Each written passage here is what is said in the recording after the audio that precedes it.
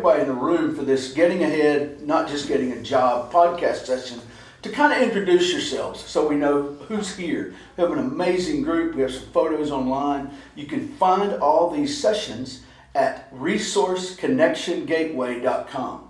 You'll be able to find them there just in a few days after they're engineered. Once you get the first one, they'll all be up incrementally.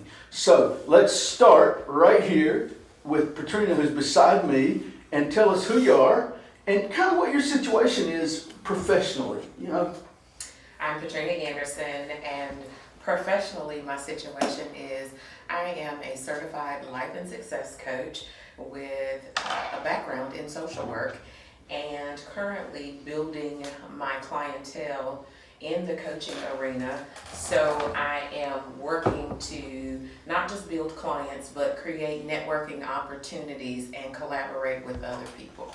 good, good. Welcome. You're going to enjoy hearing from her because she has some unique perspectives on nonprofit world. Novella. I am Novella. I currently work at Panera Bread. I have a associates in culinary, but I still don't know what I want to be when I grow up. So that's part of why I'm involved in this group. But also, I like to have the information to pass along to others who may need it. Very good, very good. Star. Hi, Star. You don't have to be a star, baby. Star is a star. Be in our show. I can't. Well, my name is don't own the Star. rights to that music. Thank you. This sounds like But my name is Star Clinton. I am the, oh my goodness, I hate this word, but I am the founder of Knitted Silent Hands. Knitted Silent Hands pretty much brings the awareness to the deaf community by teaching sign language, but not just by teaching sign language, by raising funds to be able to give back to that community. I also work alongside with Mr. Dwayne Burks. I like to say I serve alongside of Dwayne just because we help in the community where it's needed. I just kind of go with the flow. collaboratively. But I'm excited to be a part of this group because it's going to help me as an introvert. Because I honestly do not like talking in front of people, but this will help me to be able to, know how to really talk to people like I need to. So. You don't like talking, or you Don't don't like talking in even. front of No, people? I- All right, Carl. I'm Carl Meyer. I own Allen Ivy. I'm a store in Gastonia, but we're actually closing the brick and mortar portion, moving more online. Always just glad to be part of things. I mean, it's a good chance to talk with people, and I've met some really wonderful people here, of course, from last time. But always a good time. And the business is called what? Owl and Ivy. Allen Ivy. How do people find it online? Well, if you just put in Allen Ivy, I mean, to be honest with you, that's one of the things that when we're looking at names Yeah. is, if you name something that's common, Yeah. and there's hundreds of thousands of it, how do you find it? That's right. So there's only one Allen Ivy. There's actually two, ones in the UK, but they've closed. So So we're the only Allen Ivy. can I come in there and buy an owl? You can. I was about to You say, can he actually said even order no. by Ivy as well. Although to be honest with you, I think we're currently out of owls. I think we're out of Ivy. You're out of Ivy. But your main product is what? Well, we do a lot of gifts, a lot of metaphysical. We also do stones, a lot of handmade items. Everything we have is either fair trade or sustainable, or in some cases, if it's made less than fair trade and sustainable, it's because I'm making it, and I'm not getting a good living wage, so. He looked at you like a cheeseburger. As I'm sweating in the back, That's right. All right, take us away. Okay, so I'm Karen Lowe. In this process, I'm looking not only to build more partnerships with what we already do as like activists and things like that, and working with community and more conversations of how to create partnerships. But I'm also looking to create opportunities for folks to be able to sustain themselves, to live out maybe some of their dreams, and also to, where we have community that is open. Is making it more open, helping more people get the education and the services they need, not necessarily through schooling, but through relationships. Good, good. Hi, I'm Michelle Mathis. I'm the Executive Director and Co-Founder of the Olive Branch Ministry, faith-based harm reduction here in the Foothills Piedmont area of North Carolina. I'm here because a lot of the individuals that we encounter and we serve through our ministry may not be employed, may not have had regular employment in their past, and are taking positive steps to get to that point where they can sustain employment. And so hoping to pick up some skills in addition to my HR background that would be able to improve their chances, give them some extra tools in their toolbox. Good stuff. Check out their work at Olive Branch. It's pretty amazing. Pretty amazing. OliveBranchMinistry.org. Yep, OliveBranchMinistry.org. Shameless plug. So we have Ivy and Olives. Ebony, Y'all heard Ivy. We don't have rights to that either. Yeah. We gotta keep that Y'all under heard 7 that, seconds. right? Steady building on it. Yeah. And Tell us who you are. Ivy in Gastonia on Main Street, Correct. Oh, no, it's on South Street. South Street, beside about- Gibbs. Beside And Gibbs. about to be all online. Yes. Yeah. Okay, Overhead's gonna go. so, We'll soon and do my all the name's events and Misty, stuff, hey too. y'all. Okay. I know all of you except you. No, no, no, girl. Uh, Hey, new girl. I work in retail, and I don't know why, because I really don't like people. Like, I love people. I just don't want to help anybody. Not in a retail setting. That sounds horrible. Like, I just took a family clothes and food and everything the other day, but it's like You more outreach. in the grocery store, I don't want to help nobody. Yeah. Like, I don't work for Food Line. No. Yeah. Tell us your But- name. Misty. Misty, I didn't Like hear that. the rain Okay. that we're gonna have in a bit. All right. That's no. If it was cold enough, it would be snow. Yeah. Tonight it might be snow, actually. And Everybody go get bread and milk. and a cool Bread and milk. Make a milk That's sandwich. what Gonna we make should milk discuss. sandwiches. That's No, what I said. French toast. Yeah. That's what you make with bread. Okay, get eggs too. Yeah. The great thing about Misty is she's kind of rediscovering where she wants to go. I've been able to work alongside her some, and what I hear her say when she's talking is, I want to work from my heart. I want to work to help people, not just serve in a sense of providing a service. And that's pretty cool. What I noticed, by the way, I'm Dwayne Burks. I'm the director and the chaplain at the Resource Connection Gateway. Love doing it. And we'll talk about that on another event, another podcast. We connect people with resources and love it. And engage a ton of volunteers. But what I love about the room that we have, the people who filled this room today, the studio, everybody here is in a different place, has a different approach to what you need, because everybody's individual, but you're all working in the model that has evolved over the last 25 years. Used to be, when you got a job, you kept it, you stayed until you retired, you got the gold watch, and you went home. Well, those days are over. You don't do that. The statistics prove that. The sociologists predicted that and are saying it's going to continue that way. Most people now are beginning to work entrepreneurially. And that's what I see in this room, is a room full of people with an entrepreneurial heart, entrepreneurial spirit. The challenge is having the entrepreneurial capital.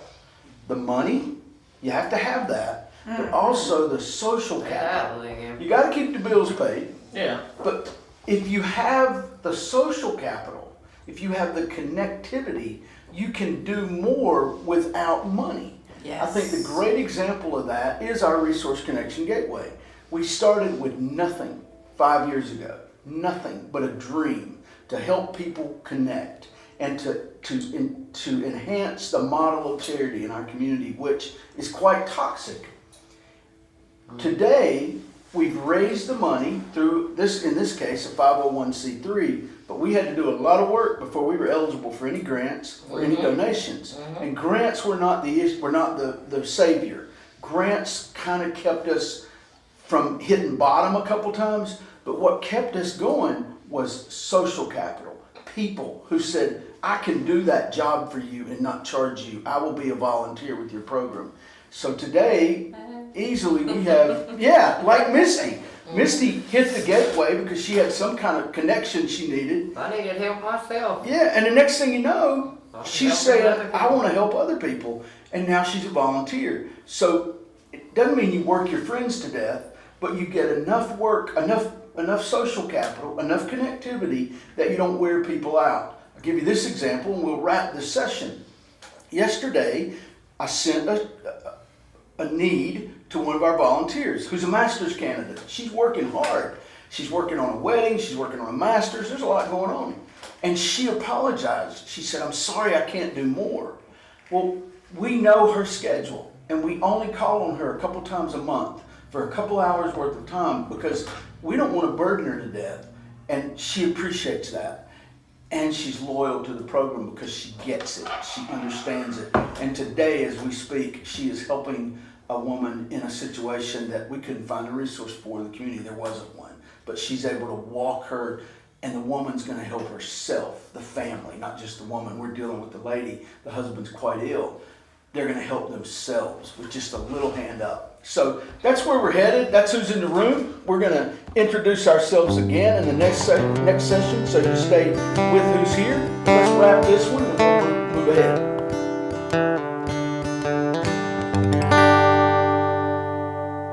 I'm Dwayne Burks with the Resource Connection Gateway, and we're in the studio today with a group of people who are going to talk with us about getting ahead, not just getting a job. I don't know about you, but if you've ever had to look for work, it's one of the most frustrating processes and procedures in the world. And we'll talk about that. But what I'd like to do, just to get us started, is take about a minute and go around the table, because we have an amazing group of people in this studio, and have each one just tell us who you are and what your perspective is as you come into this. So Patrina, kick us off, will you? Patrina Anderson, I am a life and success coach, and my perspective in all of this is I know what it's like to be out of work. Became unemployed in June of 2019, so yeah, I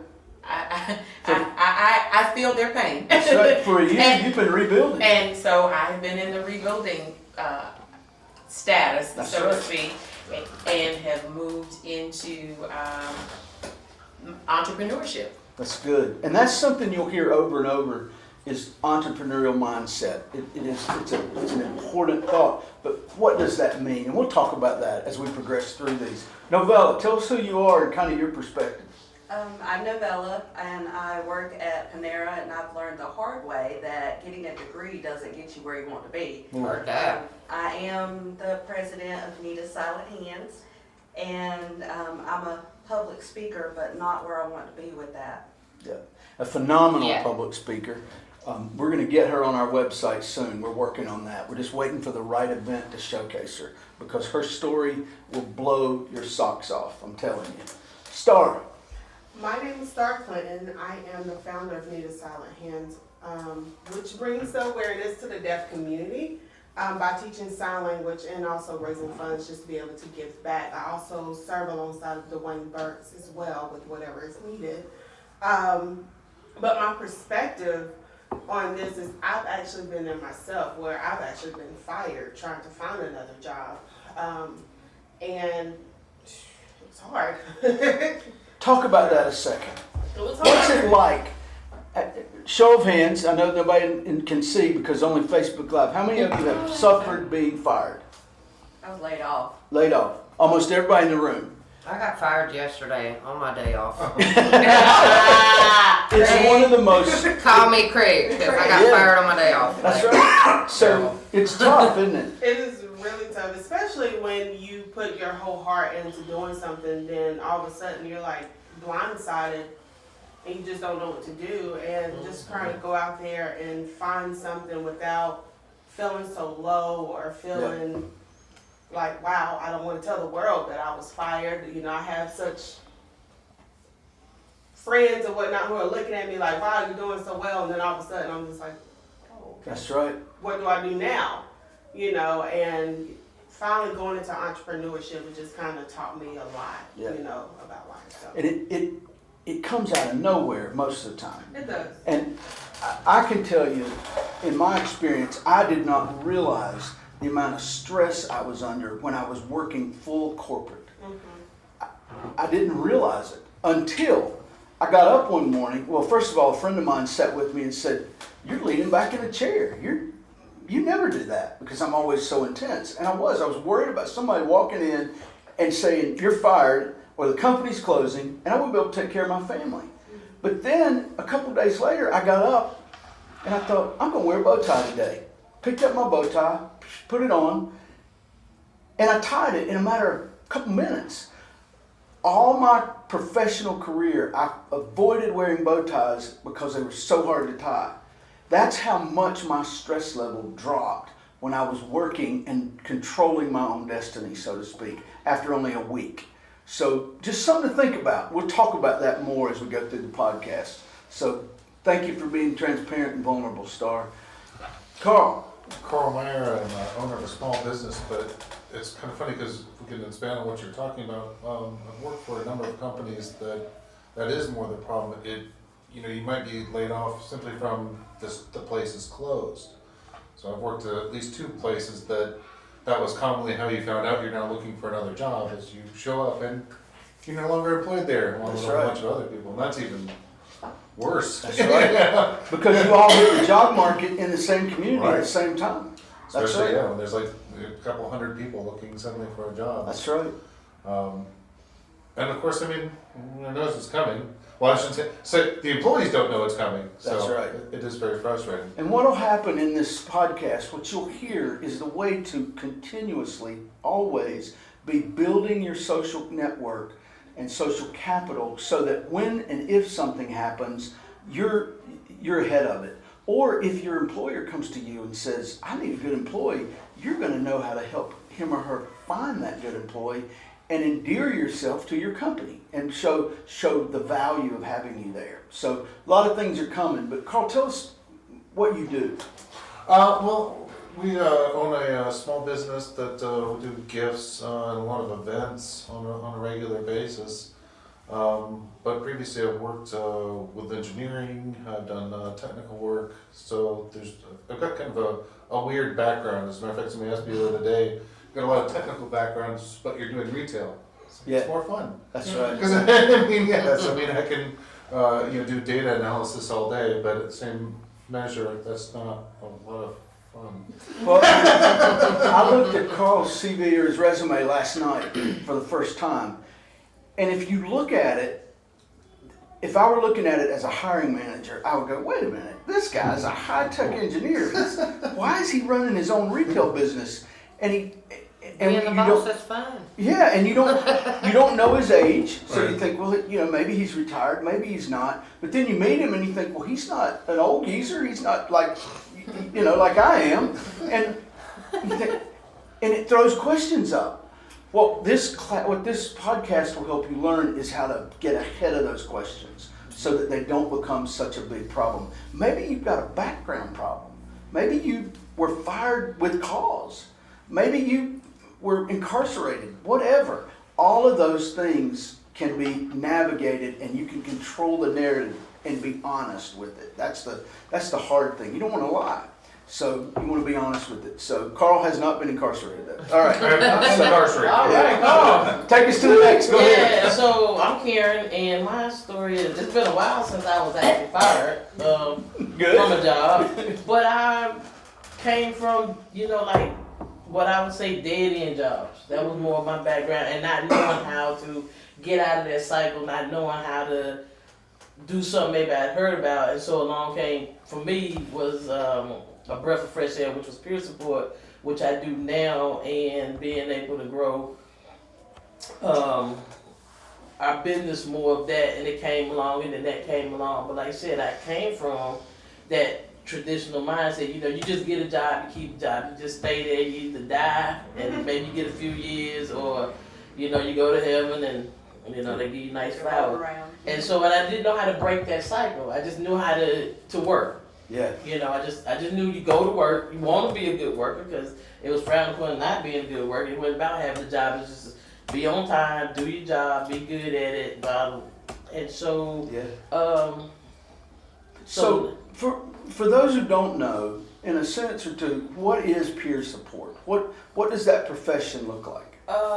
it looks different. It can be in a setting as working for a company, various kind of detox, rehab centers, a behavioral health organization, working in assistance with people who do other stuff. And then you do what with your clients? What do you provide? Basically, I have lived experience, which in order to qualify with the state is someone who has a background in substance use disorder or mental health.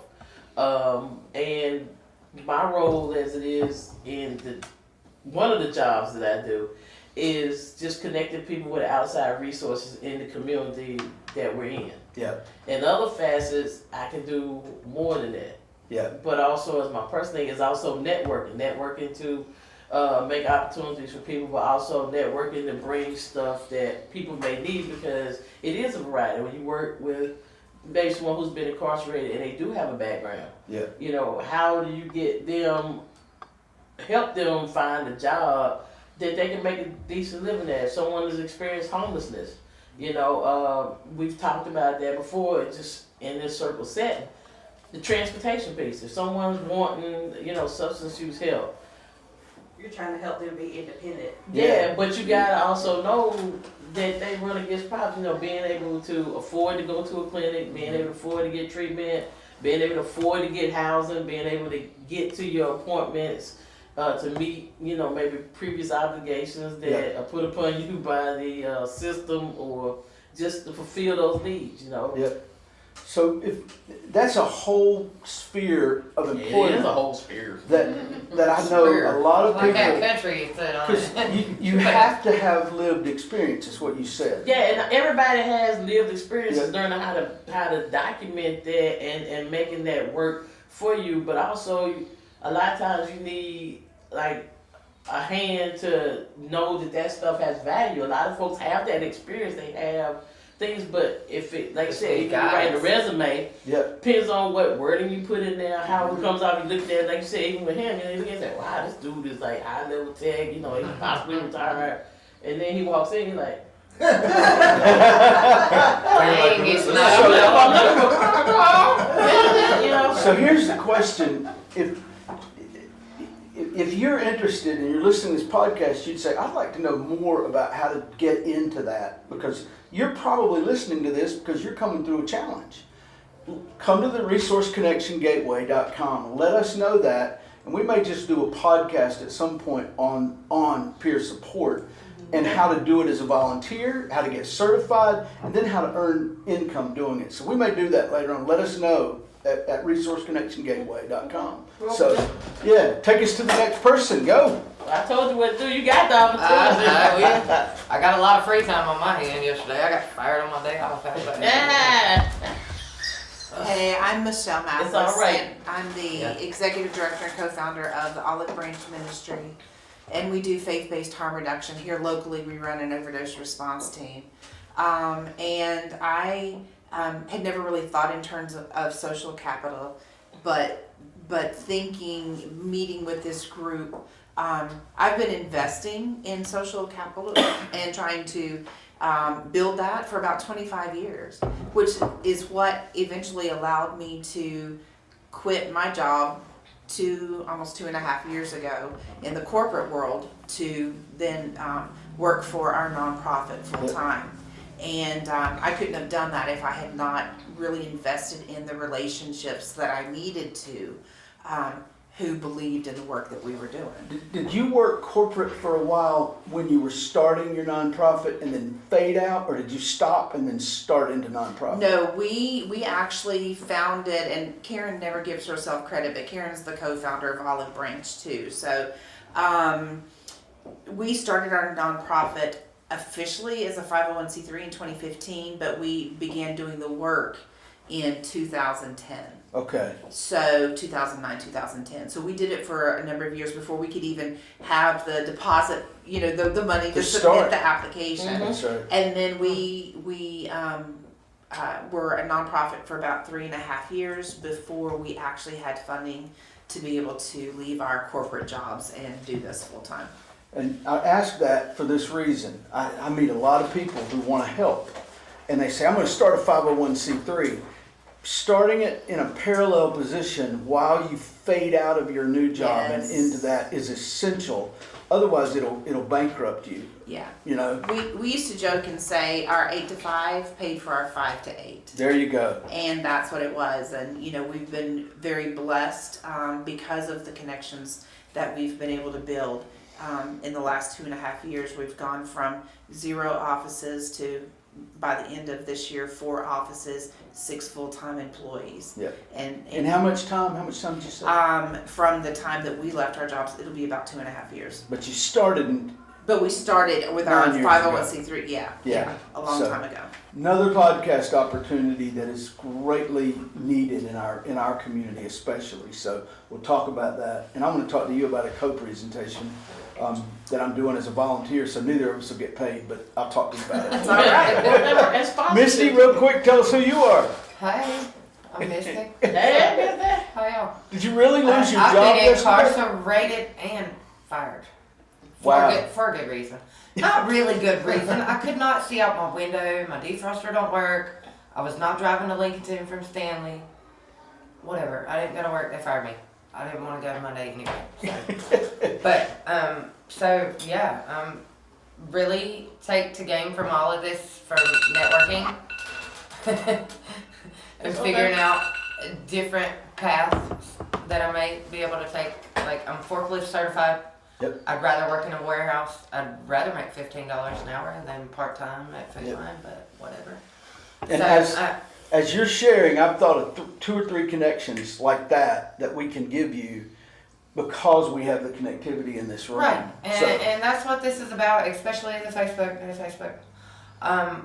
Like just for people that need to hear any of the options that they have available for all of the different reasons that we're all here. that's But right. we're all here, we all have different reasons for being here.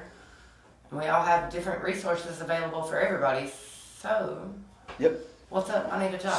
So- I'm just kidding. So what we'll do to That was in not this 6 pro- jobs. Look, No, she get 6 no. jobs off. No, He's no. gonna be in a parallel. Like, wait a minute. I got you. What's Either the- Advanced Auto or Amazon's on my So, radar right now. What we want Forklift. is her to have 6 offers so she can choose from a buffet rather than walk up and get what's on the menu. I like food. Yeah. You know, You just so- made me hungry. that's You right. weren't even talking about So, food. now you heard the noise in the background. That was not somebody's phone. That was the timer. We're on the 2-minute warning. Okay. So here's how I want to finish the last 2 minutes. Real quickly, think about this. In your process of life, looking for work, what is the single most frustrating thing? Now think of a couple, because if somebody says one, I don't want to repeat it necessarily. All right? So somebody start us. What's the toughest thing? We got 2 minutes. We're in the 2-minute warning. All right? No callbacks. No callback. So somebody won't call you back. Okay? Good. What the else? amount of time it take them to call you back. Yeah, the lag time. You put it in and you think the resume and you're like, okay, somebody called. The Yeah. automated system where you can't even talk to nobody. You That's can't- right. It's no face-to-face interviews anymore. It's post your resume and wait for somebody to call you back. And that's one of the things. Then fill out an application. Yeah, Oh, gosh. Like you I can't hate even that. fill out an Yeah. application anymore. You gotta do it on a computer. and that's one of What the happened to signing things. your name on the line? That's one of the things I think we will address. I know we will address is how to get in front of somebody. We're going to talk about that. Someone or an employer that values education over experience. So somebody that says, "Oh, you've got all these degrees. We're going to put you to work," while you're sitting there with all this experience and they just blow past you. Yeah, that's frustrating. I've lived A that. lot of employers would rather have somebody with no experience though, versus somebody that thinks they know stuff. Like in my field, personally, in retail, like I would rather have somebody that don't know what they're doing. But the problem is they don't Versus, pay you I anything. mean, a degree is not anywhere near what I do. Yeah. I don't have to have a degree to do what I do. I just need to read and I write don't either. and know numbers. But Yeah. I mean, no. But in my personally being in a professional assistant boss man position, then Yep. having somebody that doesn't know what they're doing, It's frustrating, isn't it?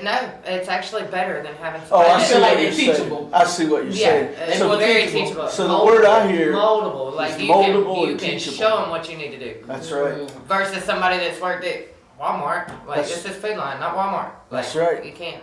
I think the time frame, the amount of time it takes to get a really good, stable career, Right. in that interview process, a lot of times you can't afford to keep waiting that out. That's right. You know, you have to have your bills paid. So you have to put all this investment of time into getting the interviews to get a $9 an hour job, so that then you can do more interview to get a $12 an hour job. So, yep.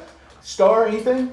So, after everybody has taken like almost everything that was in my mind, but I will say for me, the most frustrating part was being humble and saying, you know what, I need help. Yeah.